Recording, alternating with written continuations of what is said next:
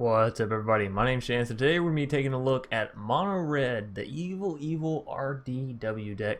And I'm going to be showing you the quickest way to climb all the way through ranked up to Mythic if you're interested. So before we go and hop into this deck tech or deck breakdown today, I'd like to remind everybody, if you enjoy the video, please be sure to leave a like down below and a comment in the comment section if you have any suggestions on this video, future videos, or past videos. Furthermore, if you're new here and would like to see more content, consider clicking that subscribe button and then of course the bell icon that pops out afterwards, and that way you can actually get notifications whenever I post videos and posts and all that good stuff.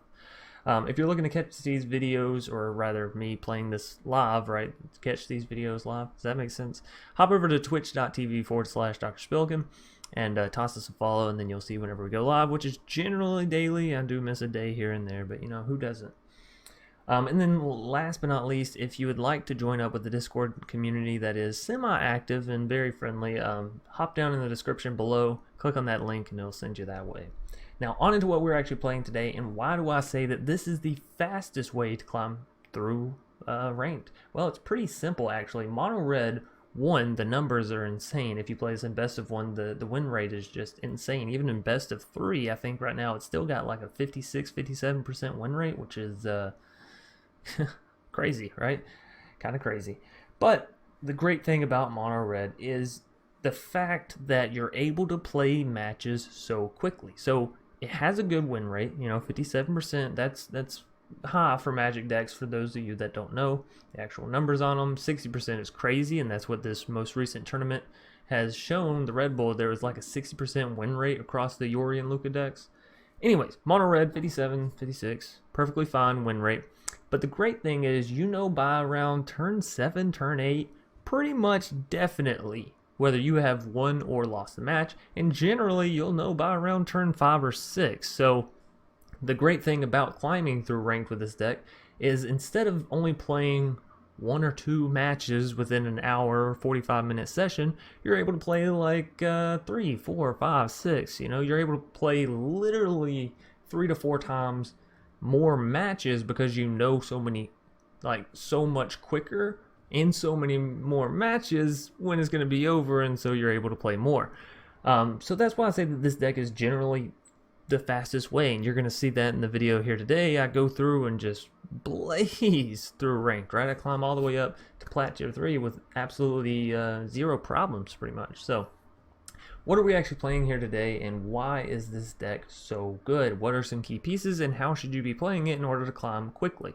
Well, the efficiency of this deck comes from the amount of damage that it can deal to your opponent's face in very, very little time. So the main combo pieces, and obviously the strongest pieces, are going to be your Fervent Champions. Coming down turn 1, getting in that 1 damage. Turn 2, you turn around, you either play a Runaway Steam-Kin or you play another Fervent, followed by, you know, light up the stage, or Scorch Spitter, something along those lines. Any tools in your arsenal here are very, very good, but you do want to focus on the Fervent. You do want to focus on the Steam-Kin, as this one deals a lot of damage. It's very hard for your opponent to stop it, and this one gives you a lot of mana to use to get down your annexes, your Torbranch, your Embercleave in a surprisingly very quick manner, right?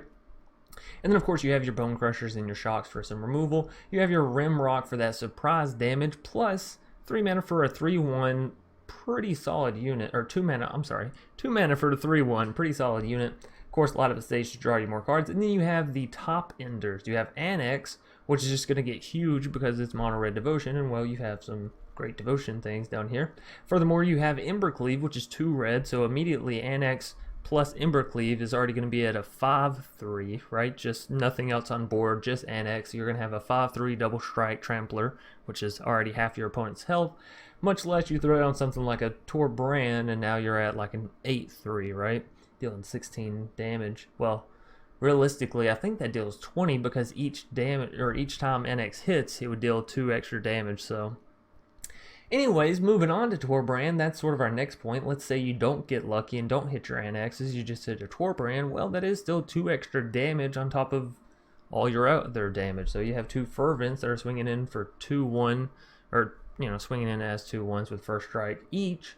Then instead of dealing just 2 damage, they're dealing 4 damage at first strike pace, which means it's going to be very hard for your opponent to block it, and well, now you have like 8 damage coming at your opponent's face, all because one silly little Torbran. So, again, this deck is very simple. It's an old classic pretty much classic by this point, right?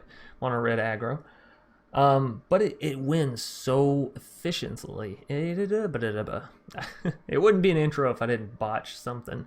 But yeah, it either wins or loses very, very efficiently, and that's what I mean. By turn 7, by turn 8, if your opponent is still alive, if they're still healthy, you probably lost the game. Okay, and that's just the reality of it, and that's just something that you have to kind of admit in Magic is you're not going to win every game. Trying to find a deck where you win 100% of the time is insane. It's not going to happen. So you try to find a deck where you can maximize your efficiency, and that's where I think Mono Red really plays out strongly. It's for those people that want to climb rank, that want to be competitive, but don't exactly have the same amount of time as everyone else to just sort of play a Yori and Luca deck 5 hours a day and climb that way, right? So, Mono Red, for all those of you that want to climb fast, I do recommend it. We're about to go ahead and hop right into our matches, but again, I want to remind everybody that we are doing a new little tip system. So if you look over to the right, there's going to be a little tip, and it'll show you what they look like, and they're going to pop up throughout the matches, and it's sort of just my take on things here and there that you may want to take note of or whatever. Anyways, that's going to do it for the intro. I'm sorry that it's been a bit of a long one. These are going a little bit longer than normal, but I want to make sure that everyone's understanding why I'm playing the decks, why I'm choosing to show these specific decks, and how the decks actually interact. Because, of course, newer players aren't going to come in and just know how to play this deck, and older players aren't going to know why I'm playing this deck. So I would like to explain both sides to everybody, right? Anyways, that's going to do it for the deck tech or deck breakdown. I'm going to hush up, and we're going to hop right into these matches. Hope you all enjoy. Be sure to leave a like, all that great stuff. Dies Veneris? Veneris? Not quite sure. Or Das Veneris? That's a mulligan. Do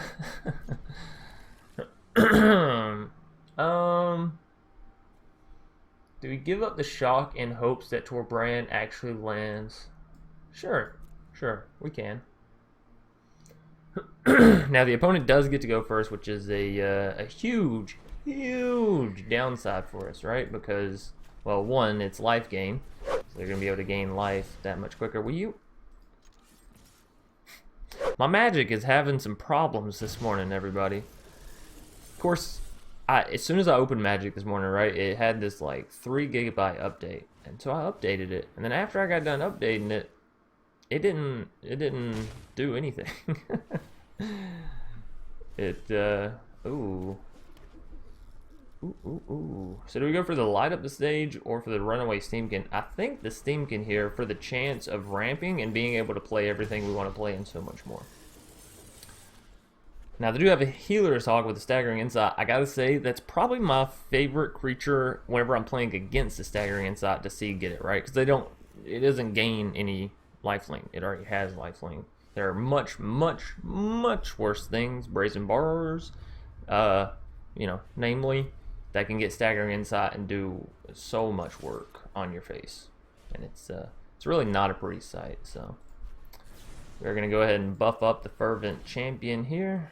Hopefully, maybe, we'll see if our Rimrock Knight goes through. It does appear so. And yes, we could have played Scorch Spitter at the beginning of our turn if we wanted more creatures. I'm going for the light up the stage though, because I want to hit some lands, baby. Some good old lands. Hey, there we go. Worked out in our favor after all.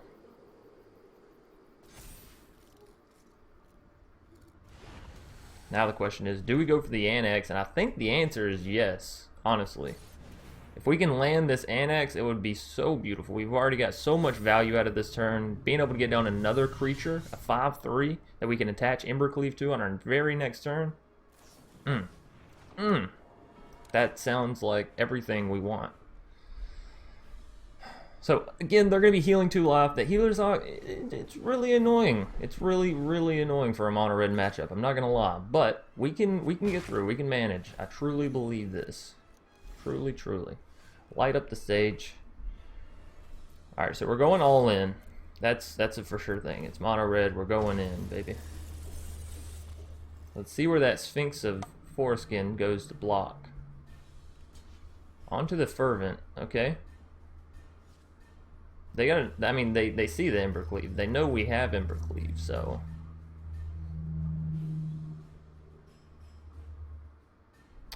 That's actually not the right play.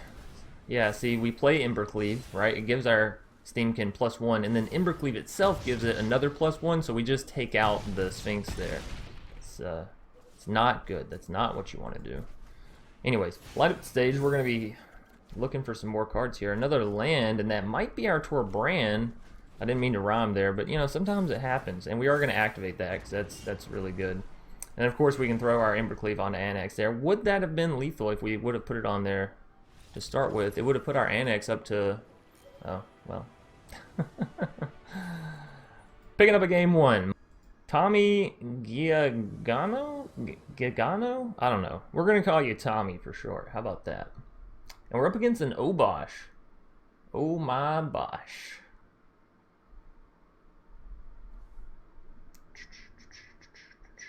Come on, Tommy. Cards, magic, something, somebody. I gotta change this owl out. I completely forget we have another pet. The owl is so Theros. It's so 2 months ago. We got a different pet, a new pet we need to display. You know what I'd like displayed even more than my pets though is my cards. Really, that's why I come to play Magic, not for the companions, not for the, well, I guess, you know, companions in 2 regards, but for the cards. Hello? Magic. Hello? There we go. It just wasn't paying attention. It got distracted on something, obviously. I don't think you can keep a 2 Torbran starter. That sounds like death. I'm actually going to keep a 2 land starter because I think we can manage on 2 lands for the time being. You lead off with the Scorch Spitter. Potentially leave up mana for the Bonecrusher. We'll see what they're playing. Obviously, they have Obosh, so it could be, you know, a variety of things, right? Mono red, Rakdos, Sacrifice, Cat Oven, Mono black. There's a lot of stuff. Don't play a Scorpion. Please, oh please, don't play a Scorpion. I know that is okay. Just a Cauldron. Good old kitty cat. Of course, you don't ever want to see a cat on turn 1, but us drawing into the Fervent Champion at least means we can swing in. But yeah, you never want to see a cat on turn 1 because it typically is followed by an oven turn 2. So it is what it is. Tommy, I know you're not going to block. You know you're not going to block. Just take the damage and we'll be on our merry way. It's a very simple equation here. You don't value losing your cat more than you value losing that 1 single life. So come on, wrap it up. Wrap it up. Maybe they have connection issues. Generally, if a player's like playing slow throughout the entirety, even on things like this where they have no mana and the defender doesn't make any sense and we all know what they're gonna do, it's like connection issues, right? All right, so another cat. That's fun. Oh, three cats because 1 just isn't enough. Righto. Well, very well. I do think we try to Bonecrusher the cats away. Maybe. Here's the thing. As soon as they hit an oven, the cats are fine. But if we can get rid of the cats, we're just, you know, having gotten rid of the cats. Could also just Rimrock on the Fervent and get down to Scorch Spitter, but we know we're not going to block with the Scorch Spitter. So is it actually better to just Bonecrusher next turn, get down Bonecrusher, right? Of course, we could also go for the swing in and go for a light of the stage. Let's swing in with Fervent, right? They may choose the double block here. They are. Okay. So we're actually taking out 2 cats. That's all right. That's acceptable. Now we pray like hell they don't have an oven. Because again, that just kind of defeats the purpose of what we just did a little bit.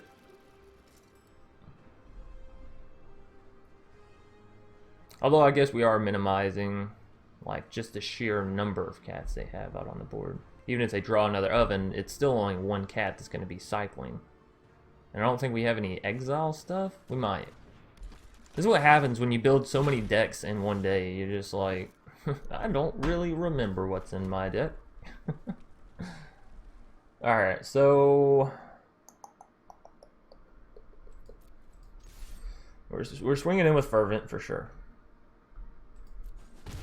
Are we hitting the light up the stage? I think so. I want to see some good stuff. Runaway Steam-Kin in a land. That is some good stuff. Good enough for me to want to play it. So next turn we'll be up to 4 mana. We can either play down Bonecrusher to have a sizable unit,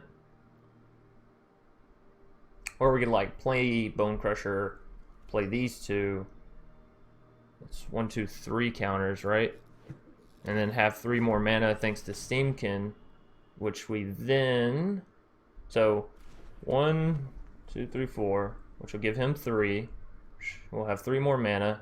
So then we put a Bonecrusher down as well. I think I thought. Light up stage. Alright, so we go mana. We go...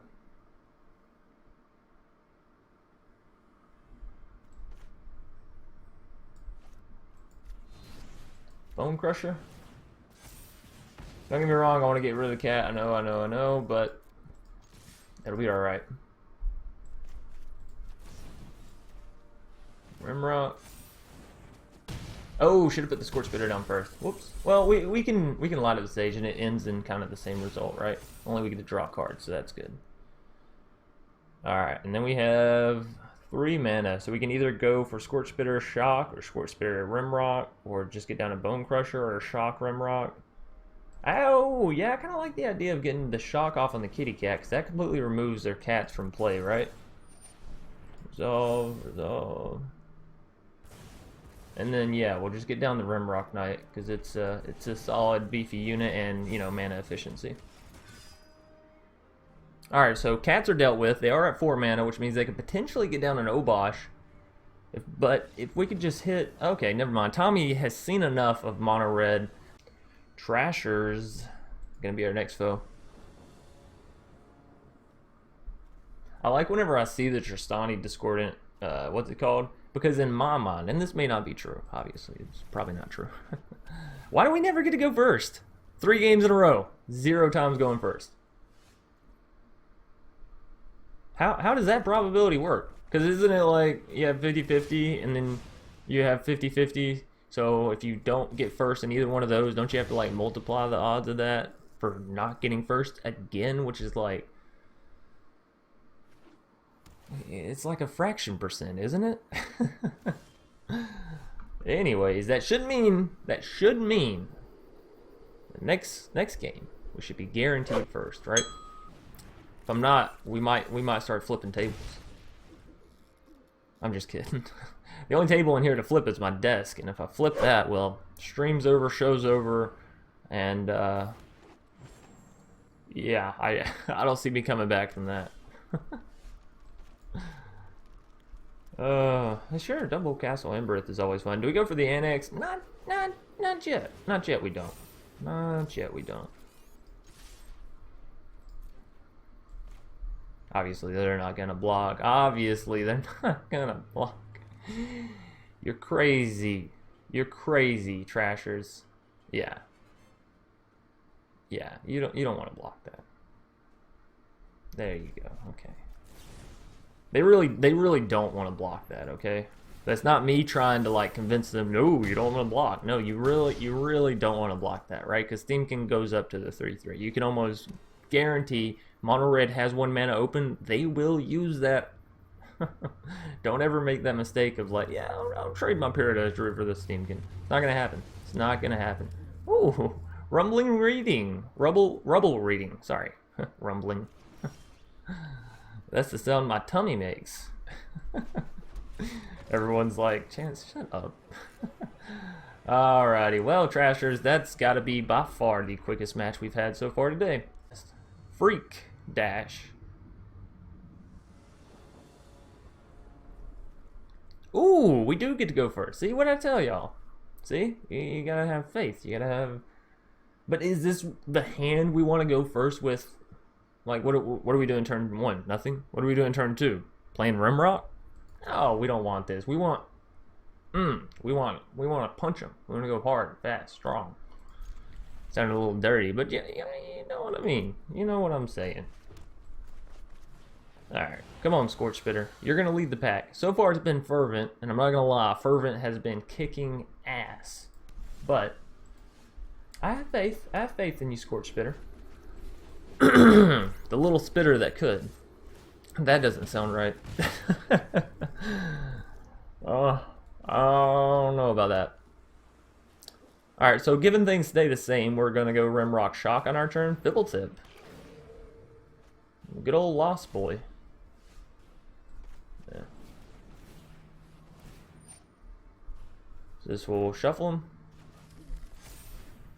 And this just does good stuff, you know. Good stuff. So taking him down to, what, 11? Good stuff. We need one more land, honestly. I need one more land to get down that annex. Legion War Boss. Oh, it's a Winota deck. It is 10,000% a Winota deck.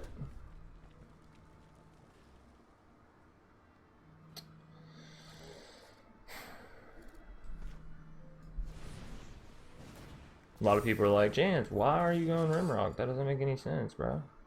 It makes no sense. Alright. Reason we swing in here, if they don't block with their War Boss, they're actually dead. Guaranteed dead. Confirmed.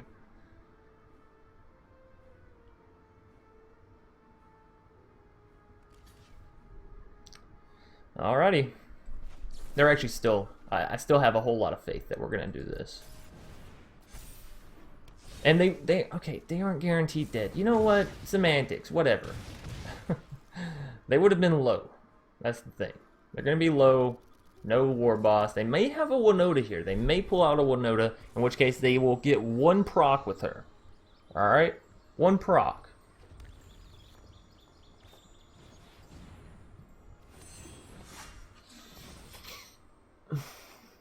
Please bust. You have 6 cards to look at. Oh, beautiful. Beautiful. Now we have to figure out how to do this, right? Do we just throw Embercleave on the Rimrock? I think so. I think so. And then you swing all in. That takes him down to 5. Rimrock will get through Winota, which means he's dealing 4 guaranteed. So, yeah. That's a GG. Freak. You can't stop it. No wonder Mono Red is just still staying up there. It said it had something like a 58% win chance. I haven't seen anything less than 100 today so far. And this is like our 4th match? That's crazy. 4-0 with Mono Red. Freak, I don't mind you roping because we haven't been in this game long enough for you to have 3 timeouts, you know? That's kind of the beauty of it. You can rope all day, but it's still gonna get you. That's the thing that I don't understand about roping. Like, what is it doing? Are you getting to your next game faster? No. Are you getting to that victory that you wanted any faster? No. You're actually like peeling the band-aid off oh so slowly. Except, you know, it's not a band-aid because it's taking you down in rank, so it's like you're slowly cutting yourself, very smallly, because it's not actually like a huge loss. Even you're losing one little tick off of a bar, you know. And you're playing a Winota deck, so how are you gonna get like salty at Mono Red? That's what I want to understand. I can understand getting salty at Mono Red if you're trying something new, flashy, but you're trying the same cheese I'm trying, just in a different skin, you know. All right, so Freak's just gonna rope us. Thought we were past these days. That's fine, though, because I'll take the victory. Surely. Jack. Just Jack. Beanstalk's not with him today. No Giant. Just Jack. Just him. Oh, we're back to going second. That's great. All right, so 5 games. We've gone first once. We've gone second 4 times.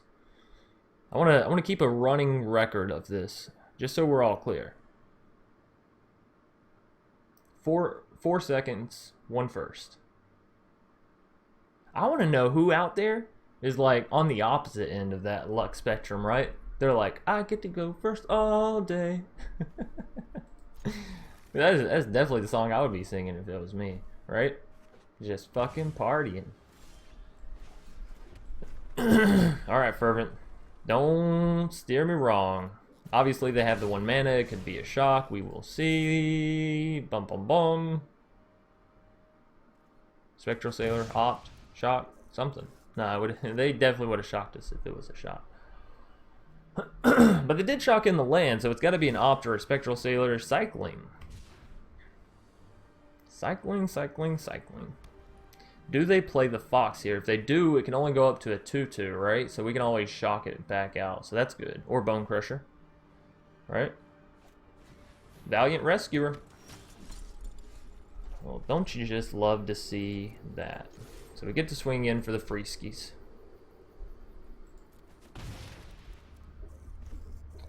Do we go for the shock Scorch Spitter or do we go for the Bonecrusher Giant?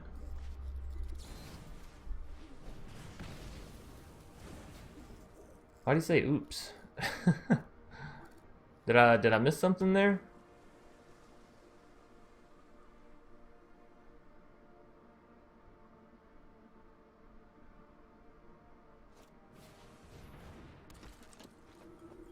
Okay.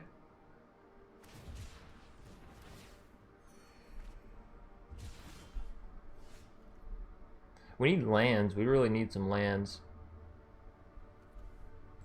Tell you what I do want to do though, since they are cycling through more and more of their deck, I kind of want to save for like a shock. Because if they hit a Fox later on, it's going to be very hard to like just get rid of it. That's fine. Whatever. We'll hit them again with the Bonecrusher. I don't know why they said oops. I don't know what, like, nice. But yeah, I mean, do you think Mono Red only has 1 source of removal? You're crazy. You think Mono Red doesn't run like some actual burn damage? You're insane.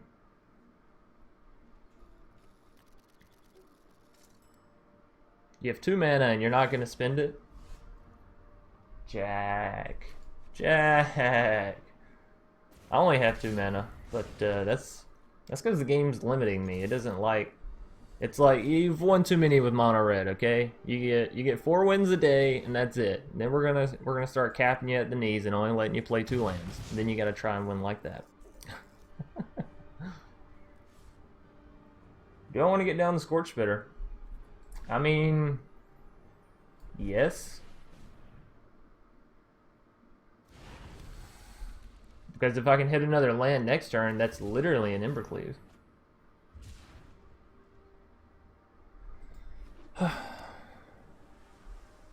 Alright, so we'll see. We shall see.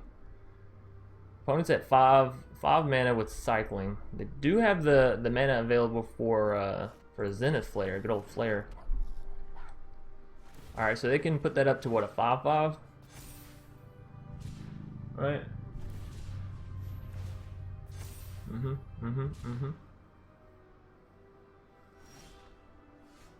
Ooh, another Fervent. So I think we go. Here's the thing. Oh no, it'll be fun. It'll be fun. Alright, so we swing all in.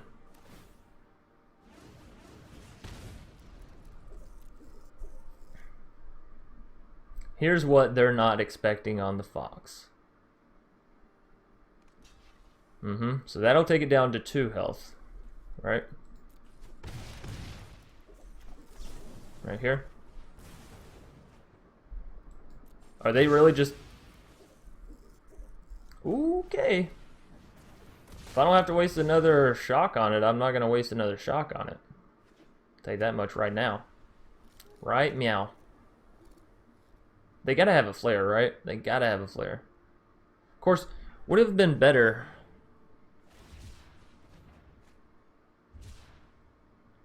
No, because we... Maybe, actually.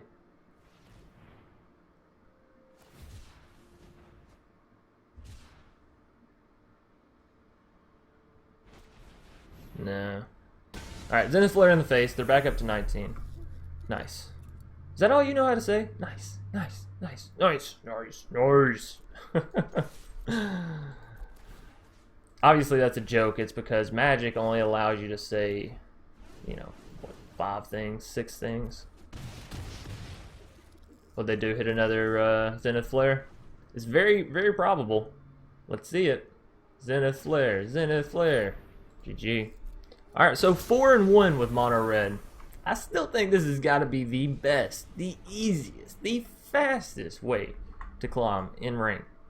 Absolutely. I mean, our opponent literally had to draw 2 Zenith Flares, and we were stuck on 2 land all game. So, opponent had to draw perfect, and we had to draw imperfect in order for us to pick up that that one loss, that one single loss. So, yeah, do I still think mono red is top? Yes, 100%, 1000%. Mono red is the fastest way to climb you through rank, guaranteed. And I think this deck, it could honestly just take you straight to Mythic. It's because it's so explosive. People can't stop it. They literally can't stop it. Unless they specifically build a deck around it, in which case they're going to lose to the rest of the ladder, right? So, anyways, I enjoyed it. Voice crack, mono red, fun.